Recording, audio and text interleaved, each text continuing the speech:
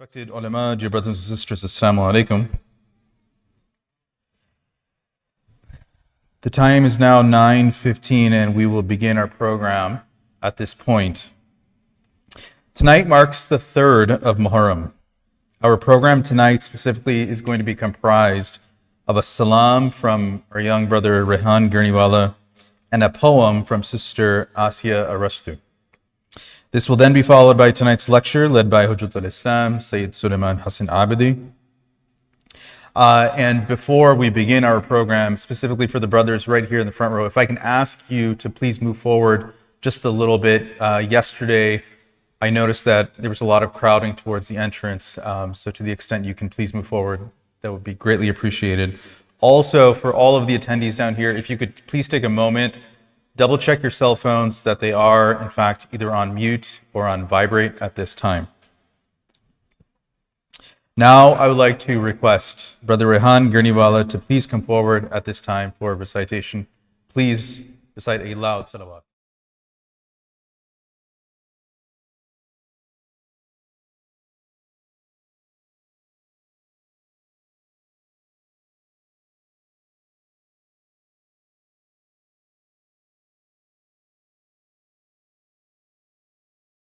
Of Imam Hussein alayhi salam. I'm sure you've heard of it. It's a very common one. It's called I will come crawling to you, Hussein. Bar Muhammad wa Muhammad salawat.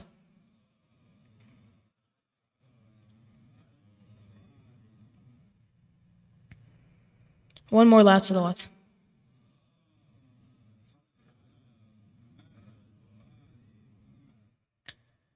They can cut my arms and my legs. They can take everything that I have. I will come crawling to you, Hussein. I will come crawling to you, Hussein. They can cut my arms and my legs. They can take everything that I have. I will come crawling to you, Hussein. Every day it cuts me inside. I'm so very far from your side. I would give away my eyes just to catch a glimpse of your shrine. If I have to cross the seas and every desert in between, I will come crawling to you, Hussein. I will come crawling to you, Hussein. They can cut my arms and my legs. They can take everything that I have. I will come crawling to you, Hussein. I will come crawling to you, Hussein. I can tell you that I'm insane in the love of my master Hussein. In this universe there's no pain that can ever keep me away. Every inch that I come your way, every beat of my heart will say, I will come crawling to you, Hussein. I will come crawling to you, Hussein. They can cut my arms and my legs. They can take everything that I have. I will come crawling to you, Hussein. I will come crawling to you, Hussein. If I lose my family and friends, and my life's coming to an end, if I lose my feet and hands, if I can no longer stand, if I stumble 1,000 times, if the journey's 1,000 miles, I will come crawling to you, Hussein. I will come crawling to you, Hussein. They can cut my arms and my legs. They can take everything that I have. I will come crawling to you, Hussein. I will come crawling to you, Hussein. They can cut my arms and my legs. They can take everything that I have. I will come crawling to you, Hussein. I will come crawling to you, Hussein. On the plains of Karbala, when you said with a heart so scarred, Hal min nasir yansuruna, who can help me in times so hard? Falling from the cot to the floor, Ali Asghar gave this call. I will come crawling to you, Hussein. I will come crawling to you, Hussein. They can cut my arms and my legs. They can take everything that I have. I will come crawling to you, Hussein. I will come crawling to you, Hussein. They can cut my arms and my legs. They can take everything that I have. I will come crawling to you, Hussein. I will come crawling to you, Hussein. You just have to look at this world. See your lovers are tortured and hurt. They can use their tanks and their guns. We will stand together as one. They can tear us limb from limb, but our soul will stay from within. I will come crawling to you, Hussein. I will come crawling to you, Hussein. They can cut my arms and my legs. They can take everything that I have. I will come crawling to you, Hussein. I will come crawling to you, Hussein. By Muhammad wa Muhammad salawat. Muhammad wa ali Muhammad. Jazakallah, Jazakallah. Recite aloud salawat.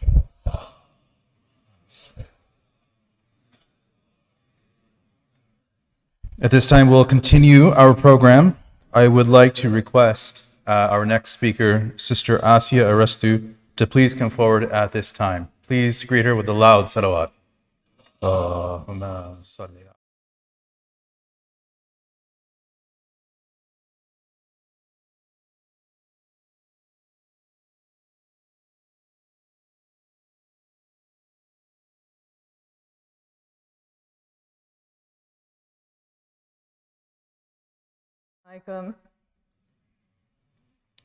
The poem I'd like to share with you tonight is written from the perspective of a pigeon who lives in Imam Hussein's Haram.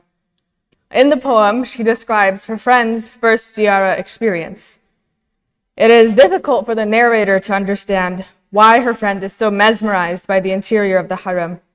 She wonders why her friend keeps going inside the dari where there isn't much food, instead of staying in the outer courtyards where there's always plenty of food for the pigeons to peck at in the form of crumbs from the meals of the zawar.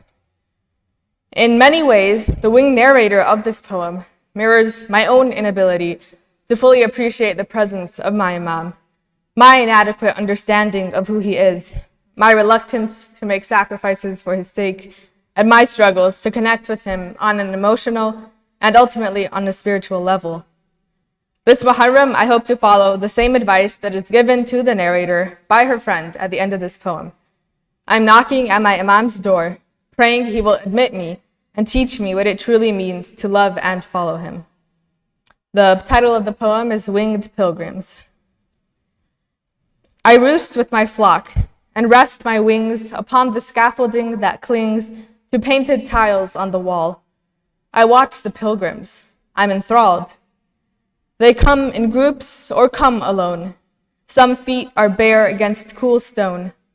Sometimes I wonder where they go, then think, it's not for me to know. I've never been inside those halls. I love to be unbound by walls, to have no roof above my head, take shelter under sky instead. I know one friend who strayed inside, got swept up by the human tide, and swooped between the flaps of curtain to realm unknown and fate uncertain. Trapped, she grew too weak for flight, dazed by mirrors that split the light from chandeliers into silver shards, more dazzling than sun, moon, and stars. She thought she'd never make her way out, overcome by fatigue and doubt, unable to trust her gut anymore. Each door led to more halls and doors. Soon she lost all track of time. She must have glimpsed something sublime, something that words cannot convey, because she said there came a day when she saw a way out but chose to stay. The reason she finds herself back in our midst is that she could no longer subsist on the crumbs left by pilgrims, slipping a bite in between whispered prayers and solemn rites. She returned to our courtyard with ravenous zeal to feast on the pickings from dozens of meals taking place on weather-worn rugs every day, where pilgrims rest and eat and pray. But she didn't stay here where she belongs. She seemed to us changed, willful, headstrong, her ears deaf to me, tuned to some distant song. To this day, she never stays with us long. Always she is drawn back inside, like the distant moon compels the tide. While hunger permits, she there remains, till it drives her from her new domain. At last I ask her, what makes you stay while you struggle to keep your hunger at bay? Why give up the sun, the sky, your flock? A table spread always well stocked with morsels pilgrims leave behind. In your lonely forays, what do you find? She gestures to the pilgrims below and says, I simply learned where they go. These pilgrims left behind their homes to come seek refuge beneath one dome. At this point, their journeys merge. At this point, their hopes converge. They weep and beg to share the fate of the one beyond the silver grate. When you are ready, knock at his door. You'll find the answer you're looking for. Salawat.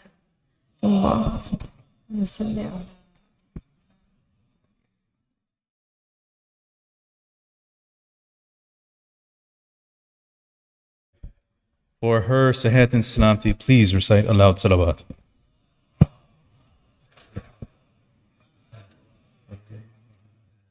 Brothers and sisters, keeping the time in mind, I've got just a few quick announcements. Again, for those of you who are, I see many new faces.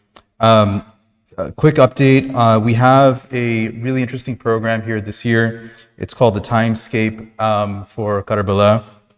The Children's Workshop is organizing this live timescape, and essentially what it is, it's a miniature model that depicts the progression of events that took place in Karbala. Today, the model is going to show the events of the 5th through the 8th of Muharram. The timescape is available for your viewing right down here if you go out to the hallway to your left in classroom 8 for 30 minutes before the Majlis and 30 minutes after the Majlis. And the last day for this viewing is going to be the 6th of Muharram. Next, there is an event tonight. It is the Q&A session with Maulana for brothers age 14 and above. So that's one announcement. And then the next one is for the sisters. There's a Q&A session with Maulana tomorrow at 10:45 p.m. after the Majlis. And for that, it's sisters age 15 and above. I would now like to recognize our sponsors for tonight's program.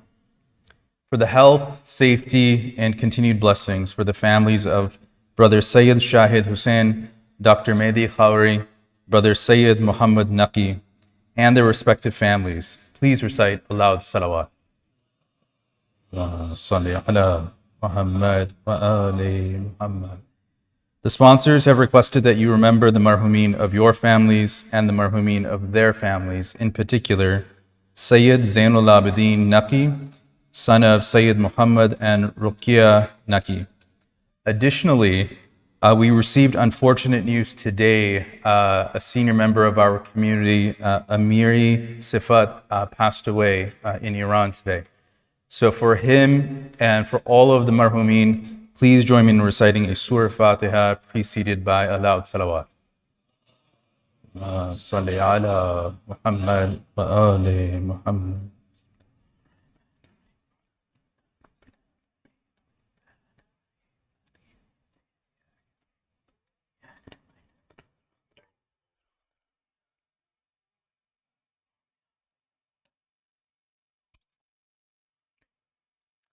Brothers and sisters, as a final reminder before we begin our lecture tonight, for those of you who are staying for Matam, after the lecture here, you're requested to please make your way upstairs quietly and respectfully.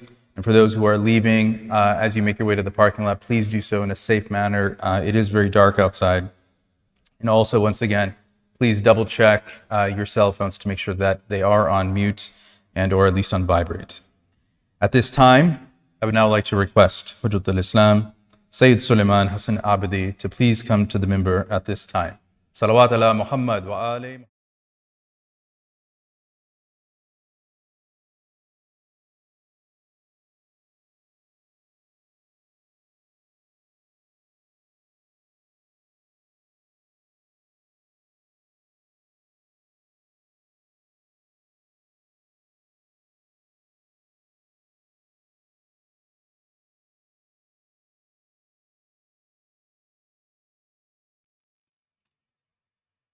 صلوات على محمد وآل محمد.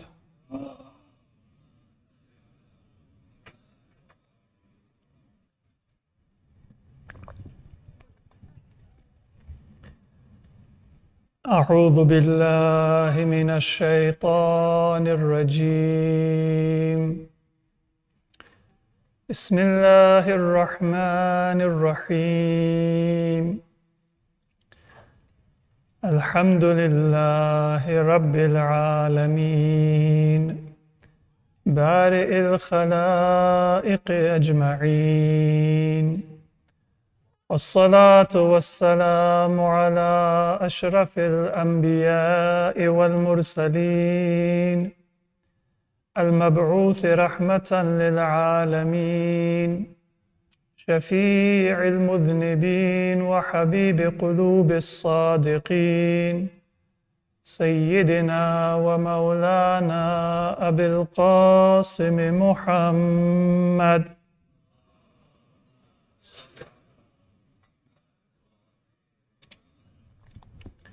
وعلى أهل بيته الطيبين الطاهرين الهداة المهديين المظلومين، ولعنة الله على أعدائهم إلى قيام يوم الدين.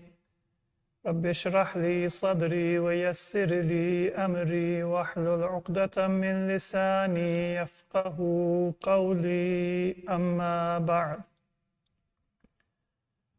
فقد قال الله عز وجل في القرآن المجيد: بسم الله الرحمن الرحيم.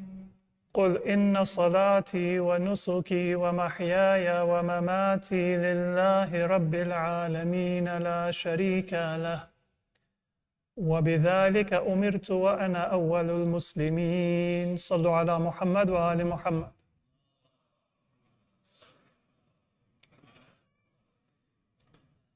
Dear brothers and sisters, Assalamu alaikum wa rahmatullahi wa barakatuh. We have been looking at the importance of living a God-centered life and not a life that is in pursuit of a goal which is not worthy of our humanity and our purpose in our existence. That is what we learn from the life of our Prophet and the family of our Prophet, and in particular from Sayyid al-Shuhada Abu Abdullah al-Husayn alayhi salatu wassalam. Salawat ala Muhammad.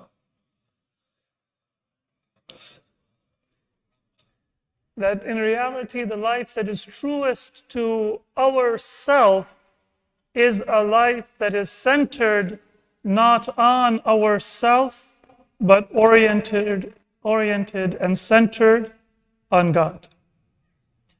And that was the command of Allah to our Prophet, described in Surah Al-An'am: قُلْ إِنَّ صَلَاتِي وَنُسُكِي وَمَحْيَايَ وَمَمَاتِي لِلَّهِ رَبِّ الْعَالَمِينَ لَا شَرِيكَ لَهُ.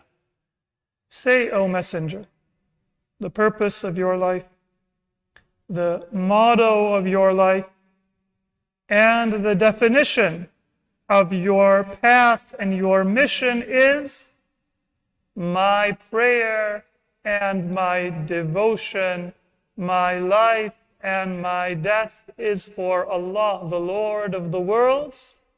There is no partner for Allah. This is what I have been commanded to, and this is my path. I am the first of those who submit. Now, there are certain things that help us in that movement to Allah subhanahu wa ta'ala, and there are certain things that hinder us or hold us back from moving towards Allah subhanahu wa ta'ala. Some of them are obvious, and others of them are not always so clear, especially based on the society and the culture that we live in. One of those, as we mentioned yesterday, and I will recap and continue our discussion from that point, is the fact that we have a choice in life. That freedom and that choice is the greatest gift that Allah subhanahu wa ta'ala has given us, but it can become an obstacle just as it can become a means of attaining nearness to Allah subhanahu wa ta'ala. When is it that it is going to be a means of nearness? And when is it that it is going to be an obstacle? The Quran says in Surah Al-Insan, إِنَّا هَدَيْنَاهُ السَّبِيلِ إِمَّا شَاكِرًا وَإِمَّا كَفُورًا. We have guided people to the one straight, true, right path. Everybody has been given a conscience by Allah which guides them towards what is right and warns them against what is evil. Now there is a choice that a person has. إِمَّا شَاكِرًا وَإِمَّا كَفُورًا. You can be grateful or you can be ungrateful, but Allah subhanahu wa ta'ala has guided you. So that choice is a gift. It is an honor. It is a means that Allah has given us to attain His pleasure. If it weren't for that free will and that choice, then human beings would not have been given that unique honor by Allah and the possibility to become even higher than God's angels who worship Him without pause and without any fatigue. It is because of that choice. But when does it convert from being an honor, a gift, and a means of approach to Allah to something that holds us back? When we take that choice and we focus on the fact that we have a right to a choice in our life, rather than focusing on the fact that we have a duty to make the right choice. It's a subtle difference in wording and in focus. We have a right to a choice, but the point is that we have that right so that we make the right choice, and not just so that we focus on the fact that we are able to choose whatever we may want. And that's why we have to remind ourselves that voluntarily limiting our options is not something that we should be afraid of, but rather something that we should embrace. When society tells you, do your parents make you pray? Do your parents make you fast? Do your parents make you wear hijab? Does your religion, does your culture, does your community, does your society compel you to do these things? Then don't rebel against that implication that you don't have free will and say that, no, it is my own choice.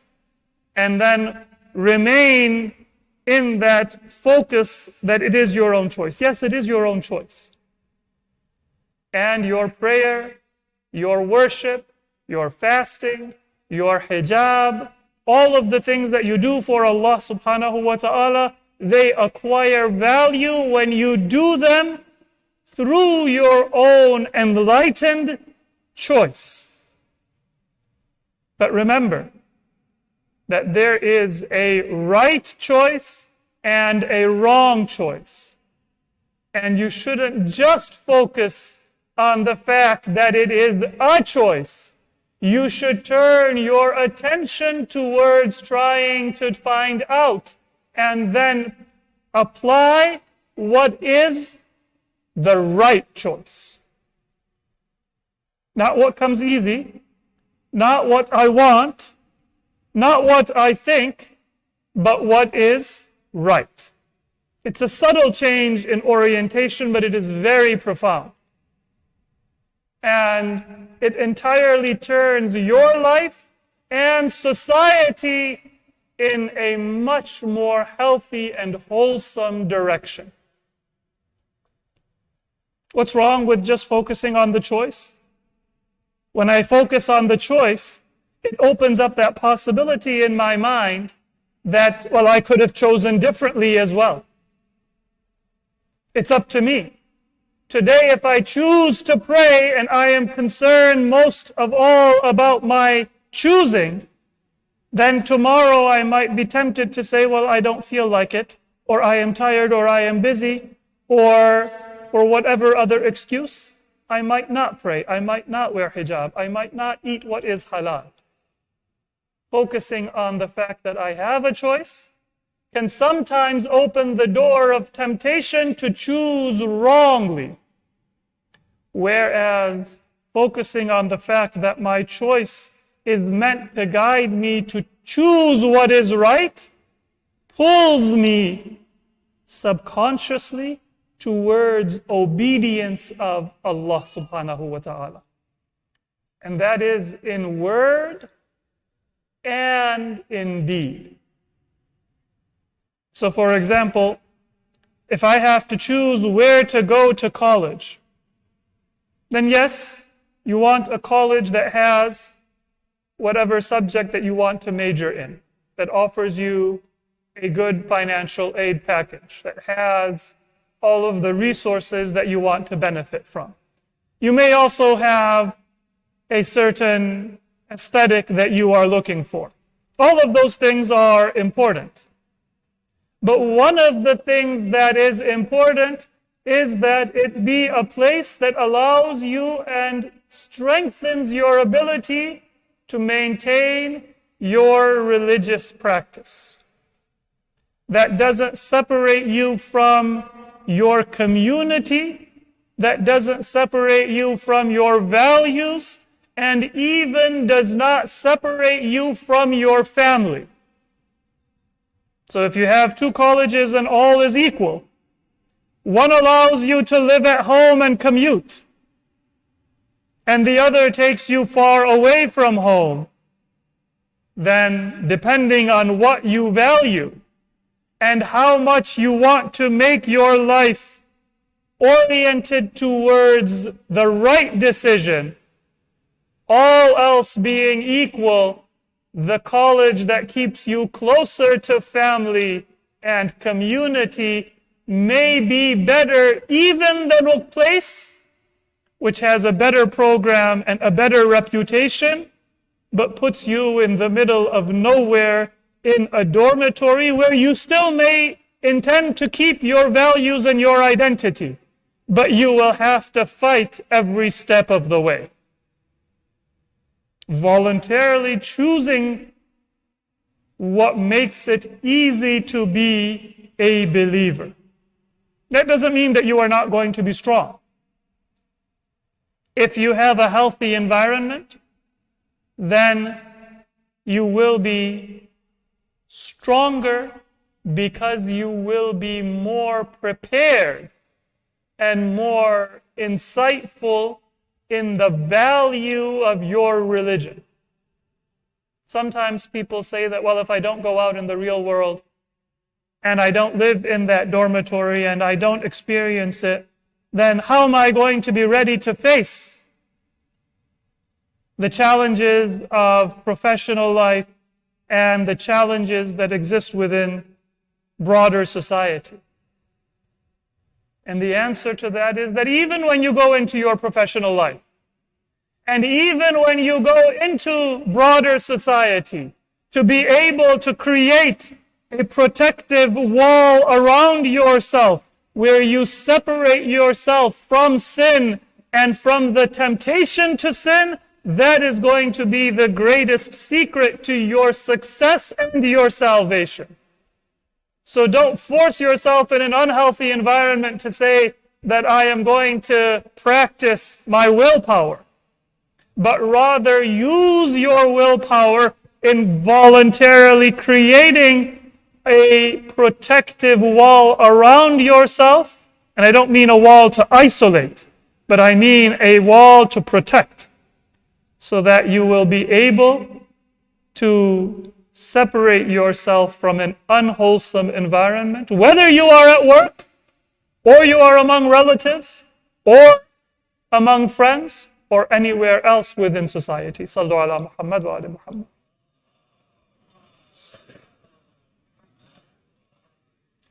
And one of the most important areas for us to exercise that choice is in our words.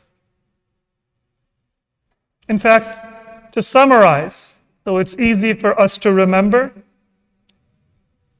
it's a good kind of principle or rule of thumb to keep in mind that often in the most important decisions of our life, there is only one right choice.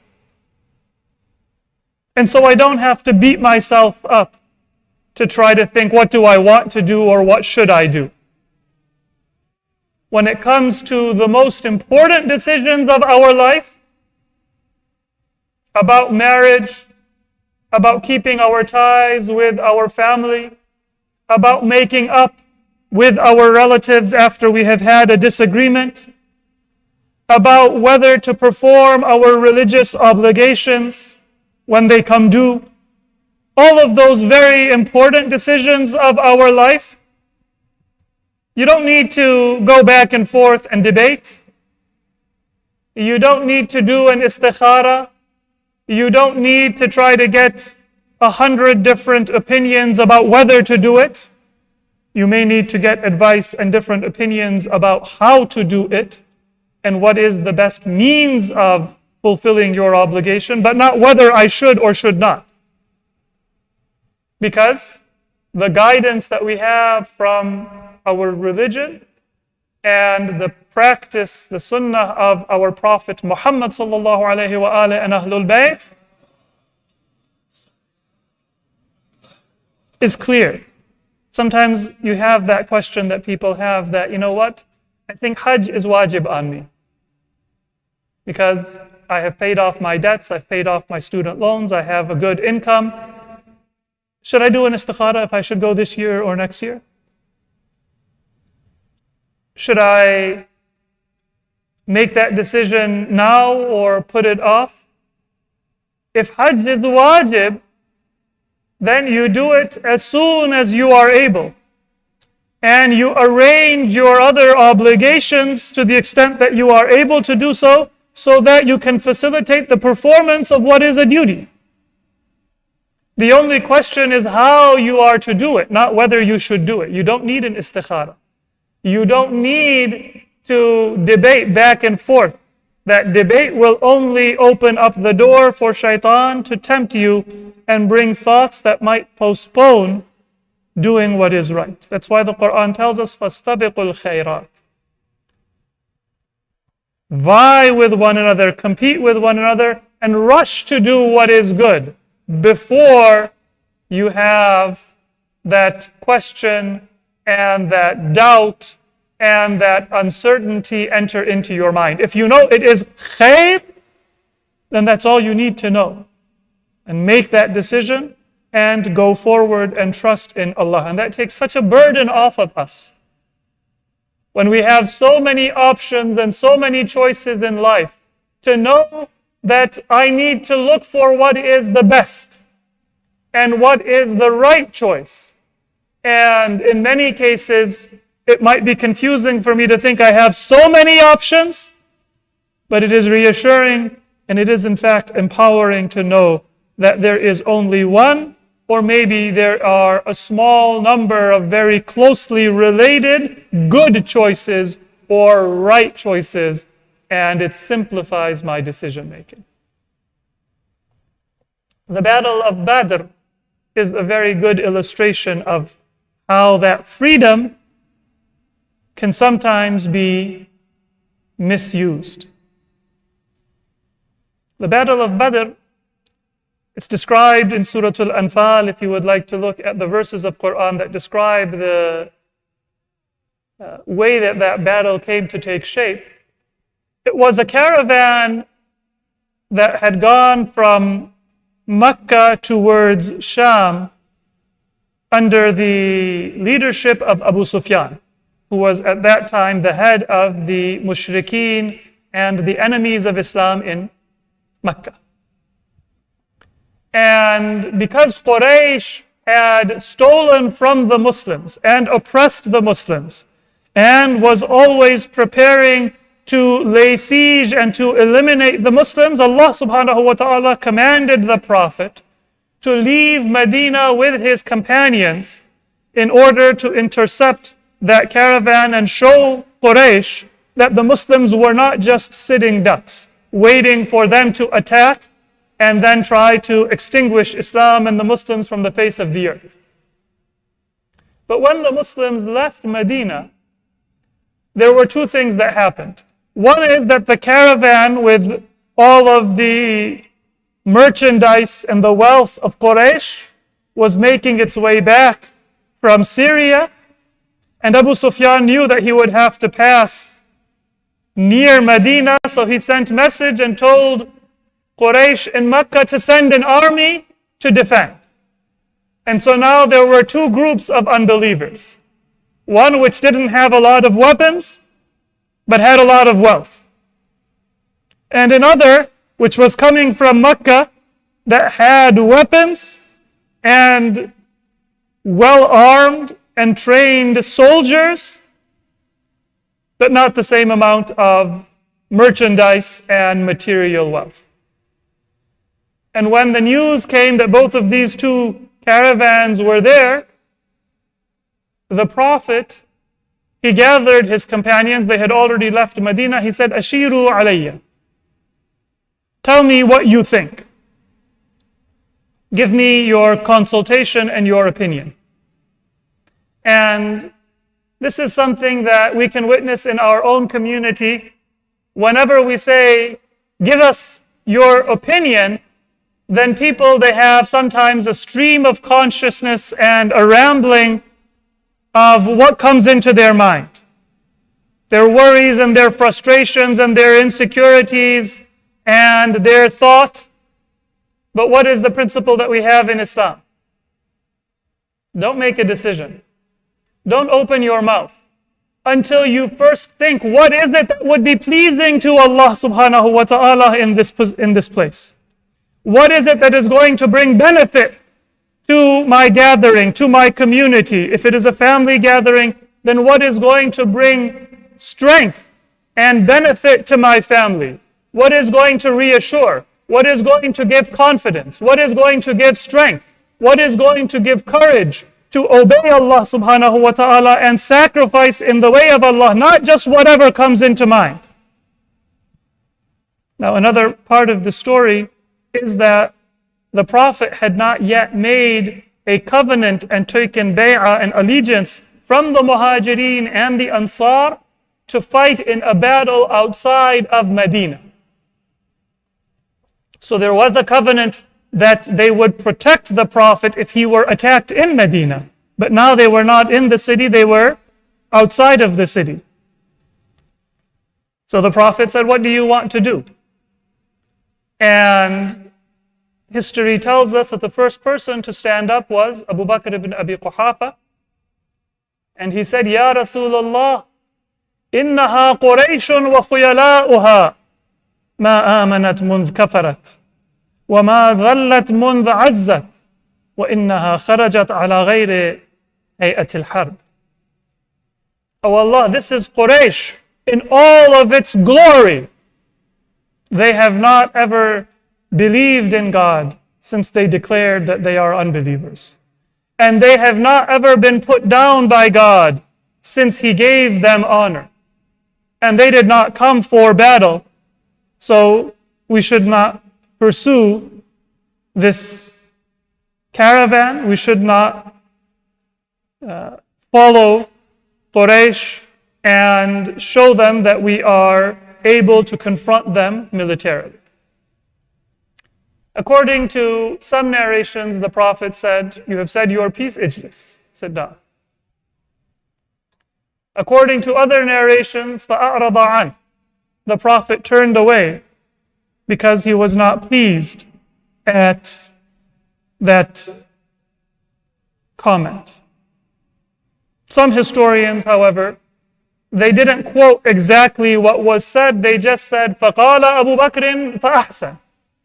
Abu Bakr spoke and he spoke well, but they don't quote what he said. Then, the second person to stand up, the Prophet repeated, "Ashiru alayya," was Umar ibn al-Khattab. And he said something similar to what Abu Bakr said. Now, different historians, some have said, like Waqidi, that this was the wording of Umar. Others have said that Abu Bakr and Umar, they both said something along the same lines, that Quraysh is very powerful and they are not seeking a fight, therefore we should not threaten them militarily.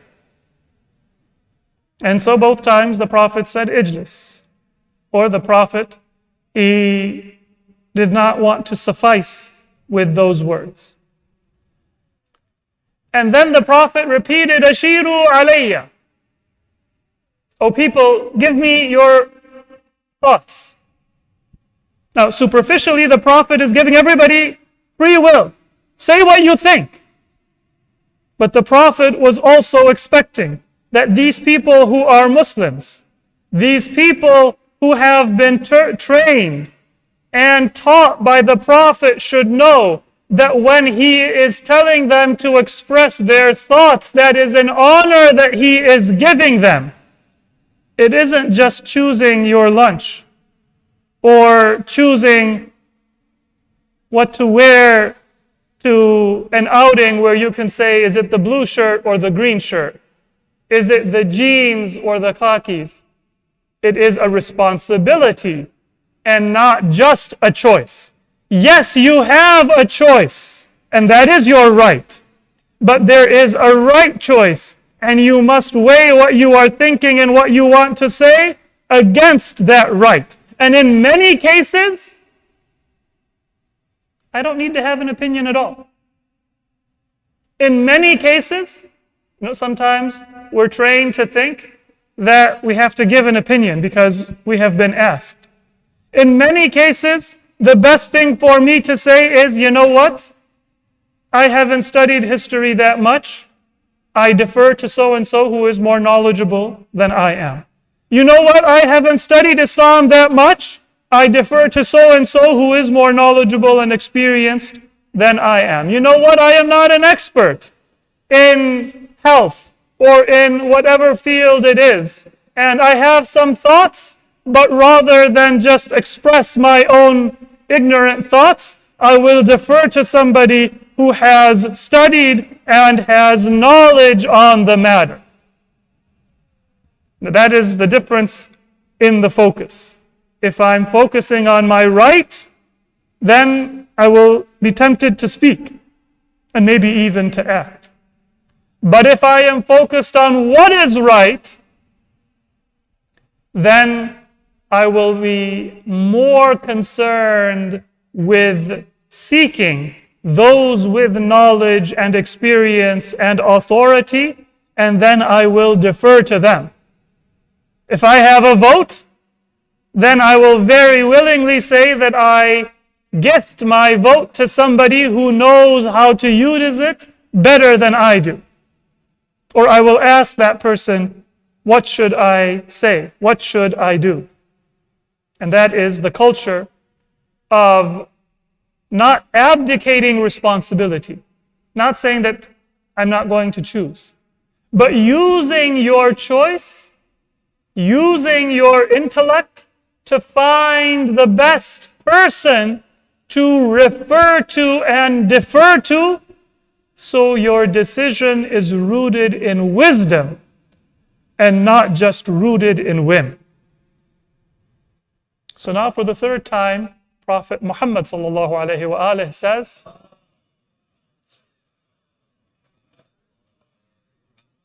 Ashiru alayya, advise me. And this time, a third member of the Muhajirin stood up, Al-Miqdad ibn Amr. Sometimes he's known as Al-Miqdad ibn al-Aswad. That's because in the days before Islam, he had been adopted by a person known as Al-Aswad ibn Yaghuth al-Zuhri. And in pre-Islamic days, if people were adoptive parents, then their adopted children would be attributed to the adoptive parents. The Quran ended that practice of Jahiliyyah and said that you should call people by their real parents. And so we shouldn't say Al-Miqdad ibn al-Aswad, we should say Al-Miqdad ibn Amr. That was his real name. Al-Miqdad ibn Amr. He stood up and he said, Ya Rasulullah, إنها قريش وخيلاؤها ونحن آمنا بك وصدقناك. Yes, O Rasulullah, it is Quraysh in all of its glory and arrogance. But we believe in you and we have affirmed that you are guided by Allah subhanahu wa ta'ala. وَلَا نَقُولُ لَكَ كَمَا قَالَتْ بَنُو إِسْرَائِيلِ لِمُوسَى فاذهب أنت وربك فقاتلا إنا هاهنا قاعدون ولكن نقول اذهب أنت وربك فقاتلا إنا معكم مقاتلون سنقاتل عن يمينك وعن شمالك وبين يديك. Now Miqdad ibn Amr, he also had that free will. But he had an understanding that there is a right thing to say. And the right thing to say is, O Rasulullah, you are the messenger of Allah. If you are asking our opinion, then our opinion is that we trust your judgment. And if you are asking our consultation, then our consultation is if you ask us to sacrifice, then we are ready to sacrifice. And we will do what is right. Miqdad said that it is Quraysh coming in all its glory and all its arrogance. But we believe in you and we have accepted you. We shall not say, as the Israelites said to Musa, go you and your Lord fight, we will stand back and wait. But rather we say to you that go you and your Lord fight, and we will fight with you. We will fight on your right side and on your left side and in front of you, and if you take us to the Red Sea and tell us to go into the sea or wherever you take us, then we will not stand back. And if history said that قال فلان فأحسن وقال فلان فأحسن, then it also records that it is only when Al-Miqdad ibn Amr spoke that Rasulullah first showed his pleasure and his happiness and prayed for Miqdad. This Miqdad was a very special person. If you look at the history after the death of the Prophet, then he was one of the only people not from Ahlul Bayt who was present in the burial of Fatima Zahra salamullahi alayha. And salawat ala Muhammad. And one of those people who was the most loyal and willing to sacrifice in the path of Amirul Mu'mineen. History tells us that everybody kind of hesitated when the oppression of the government was at its peak. But it was only Miqdad who stood and always looked to Amirul Mu'mineen and said, what do you command? Do you want me to hold my peace or do you want me to take out my sword? My eyes are in your eyes and I am waiting for your command. You can see that spirit right from the very first battle in Badr. So after the Prophet prayed for Miqdad, then he said, now a fourth time, Ashiru alayya. Because this was from the Muhajirin. But the major contingent of believers was the Ansar. And it was their city in which the Muslims resided, and it was largely their wealth upon which the Muslims depended. And so the Prophet, he wanted to hear from the Ansar. So now one of the Ansar, Sa'd ibn Mu'adh, he stood up. He said, كَأَنَّكَ أَرَدْتَنَا يَا رَسُولَ اللَّهِ. It is as if you are intending to hear from us, O Messenger of Allah. The Prophet said yes. Now look at the adab, look at the difference. The Prophet is saying, Ashiru alayya. And normally at this time, people who are kind of confident, people who are prominent, people who are politicians, they like to get the mic and they like to speak and they like to show how much they know.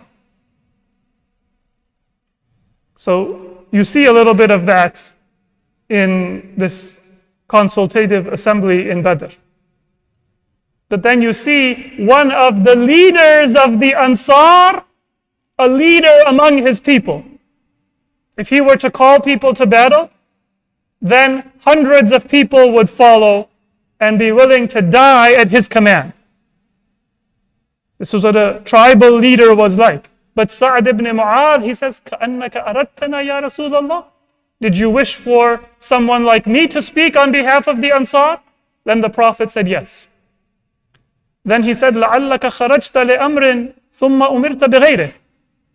O Messenger, perhaps Allah subhanahu wa ta'ala first commanded you to leave Medina and then He gave you a different command?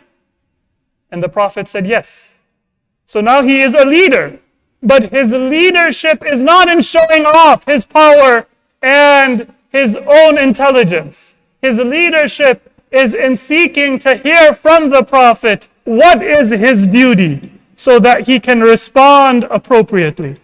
And when the Prophet said yes to both questions, then Sa'd ibn Mu'adh, he repeated the sentiments of Miqdad ibn Amr. He said that we, as the Ansar, we also believe in you and we have affirmed your prophethood. So whatever you command us to do, whether it be peace or whether it be battle, whether it be to pursue the trade caravan or it be to pursue the other caravan, we are ready and we are obedient.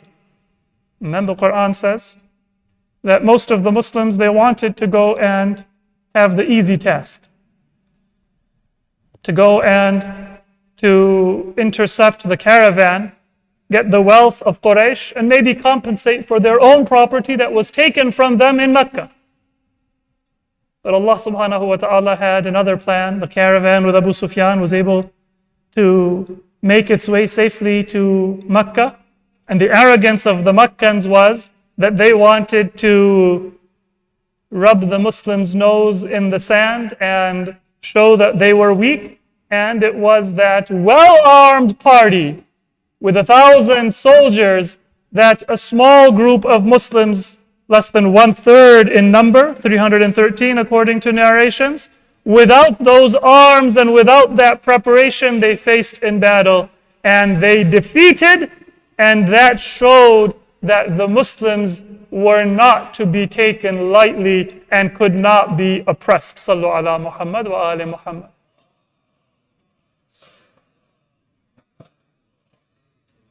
And that is what gives a community strength. The Muslims did not win that battle of Badr because of their weapons, because of their numbers, because of their military preparation. In every area, they were inferior to their enemy. In numbers, in training, in arms, in horses, in every outward area, they were inferior. But when Muslims thought that these outward matters are what are going to give them strength, whether it be Uhud, whether it be Hunayn, or whether it be other battles before and after, then Sometimes they fled. And sometimes they were defeated. What gave the Muslims strength in Badr was to realize that when you have a choice, and one is more pleasing to you, and one is easier to you, but another one is more right,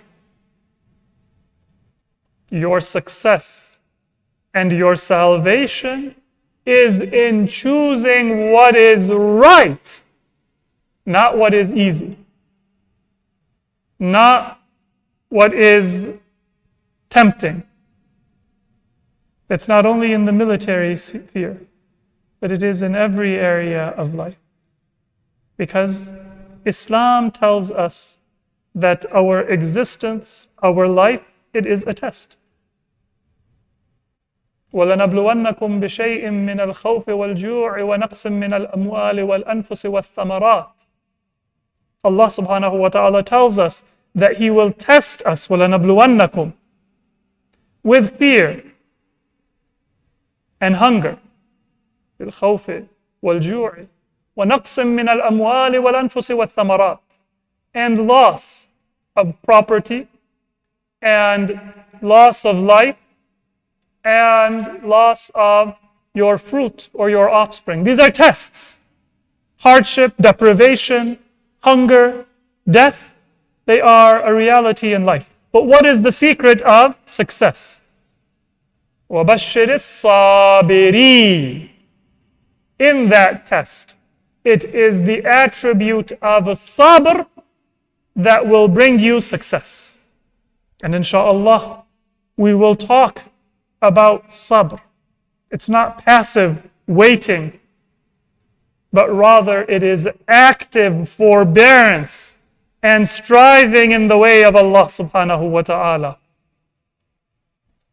It is choosing what is right, even if it be difficult. In a hadith attributed to Prophet Muhammad sallallahu alayhi wa alihi, in defining sabr, he says, "As-sabru thalatha. Sabrun 'inda al-musibah, wa sabrun 'ala at-ta'a, wa sabrun 'anil ma'siyah."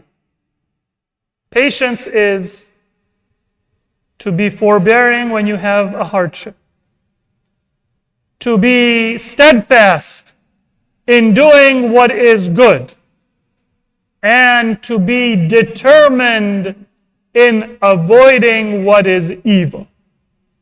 Those are the elements of sabr. Avoiding sin is one of the forms of sabr, and we will talk about that in greater depth.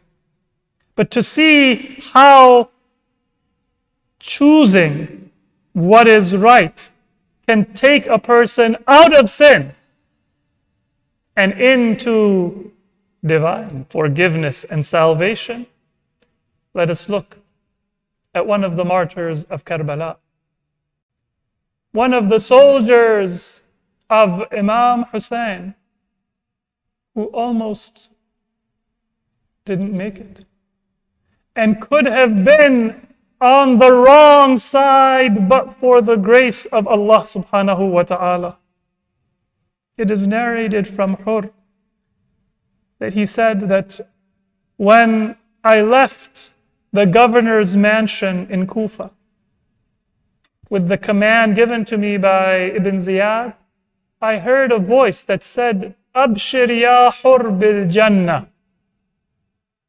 Glad tidings, O Hur, that you will end up in paradise. And he said, I turned and I looked and I couldn't see anybody who was speaking.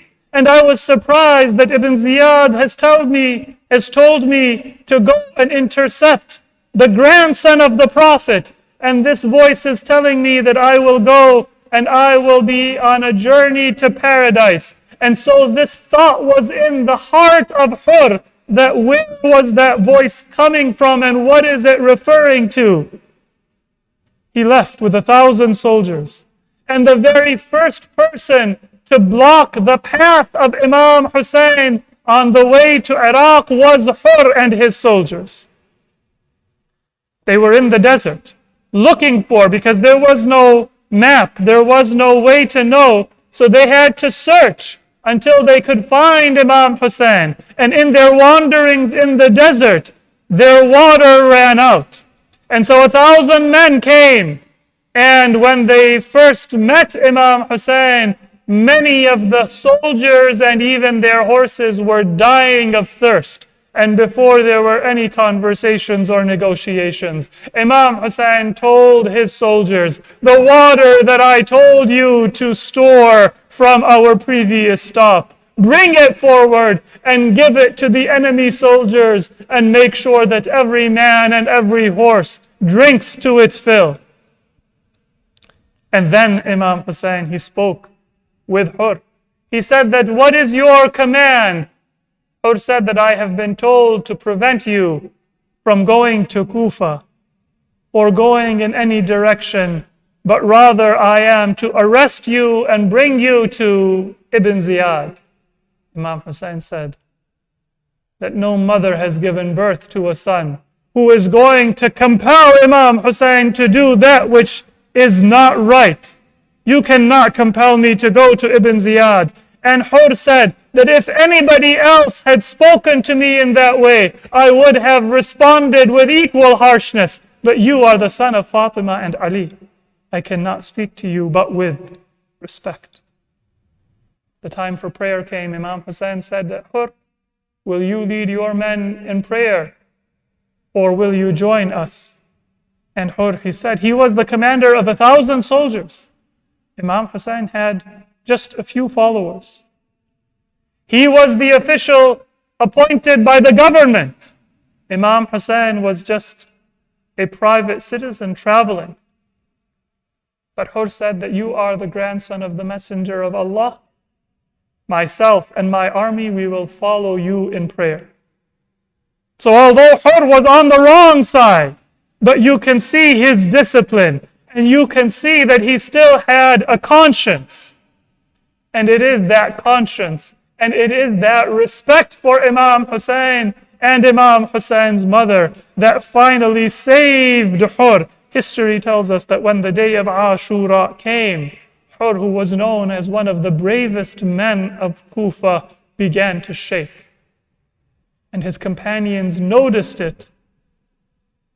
And Hur came to Umar ibn Sa'd. He said that, will you truly do battle?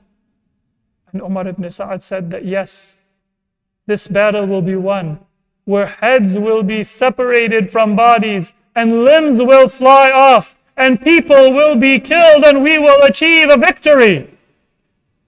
And now Hur began to shake uncontrollably because he knew that what he had begun would lead into battle and would lead into the death and the tragedy of Imam Hussein and his family. He left Umar ibn Sa'd. He came back to his own tent and he saw his son.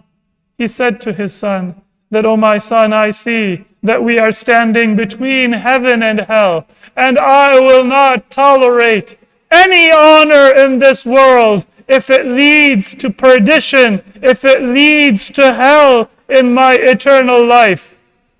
O son, shall we go and offer ourselves as martyrs for Imam Hussein?"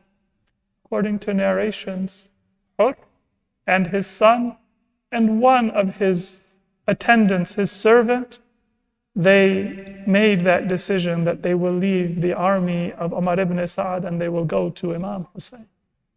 An army that is surrounded, an army that is thirsty, an army, since this is already the day of Ashura, that is preparing for battle and martyrdom. And Hur escapes from safety to death. And he finds no greater honor than Allah subhanahu wa ta'ala allowing him to escape from that well-prepared army to this one that is under siege. He gallops at full speed.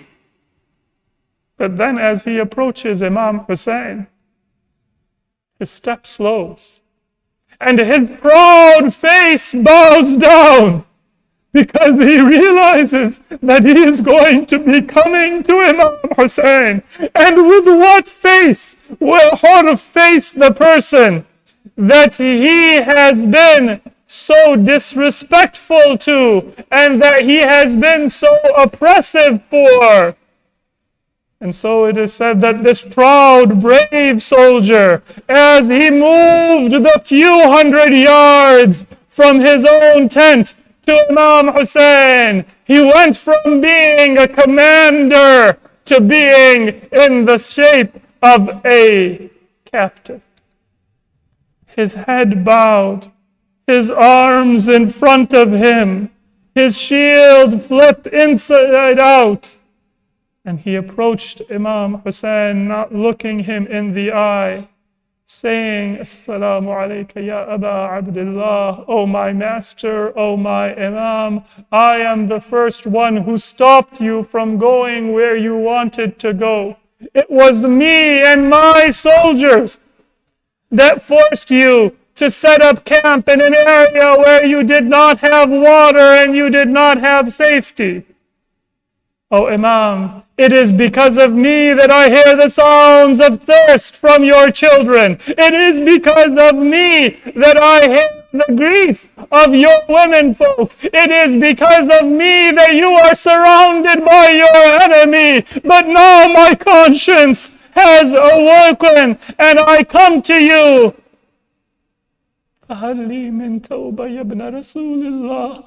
son of the Messenger of Allah, can a sinner like myself even hope to repent? And Imam Hussein said that, Hur, if you come to the path of Allah, then Allah will accept you with open eyes.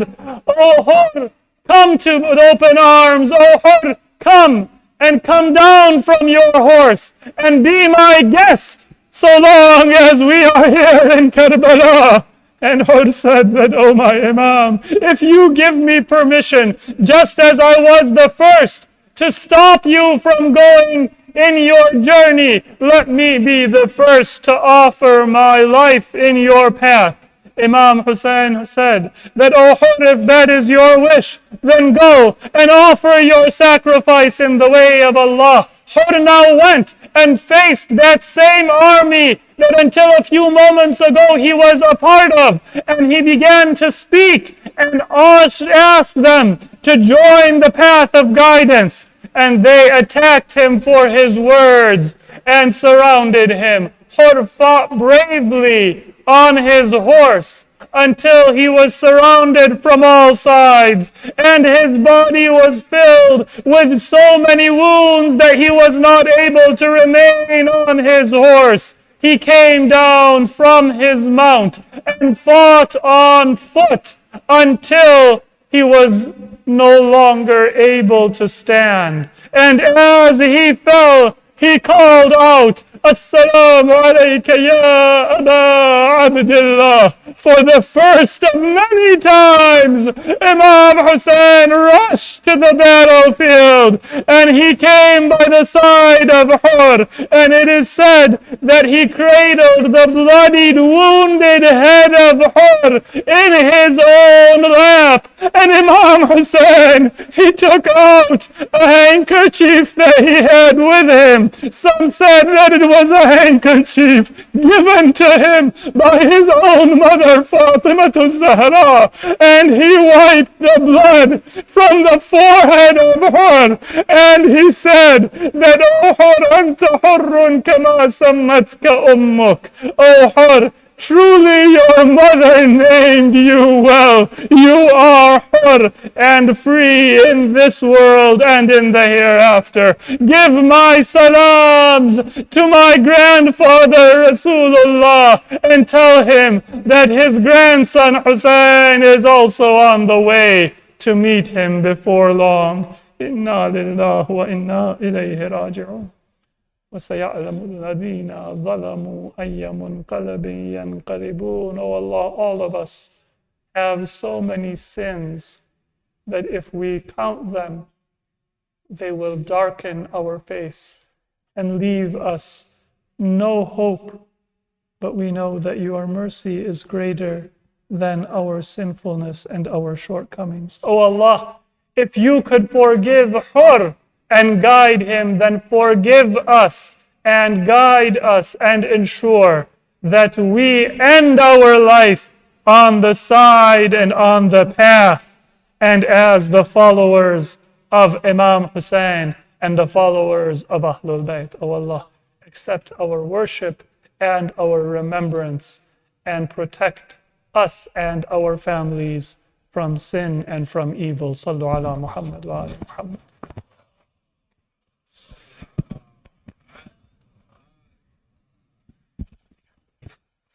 That concludes our program downstairs. You're welcome to make your way upstairs at this time.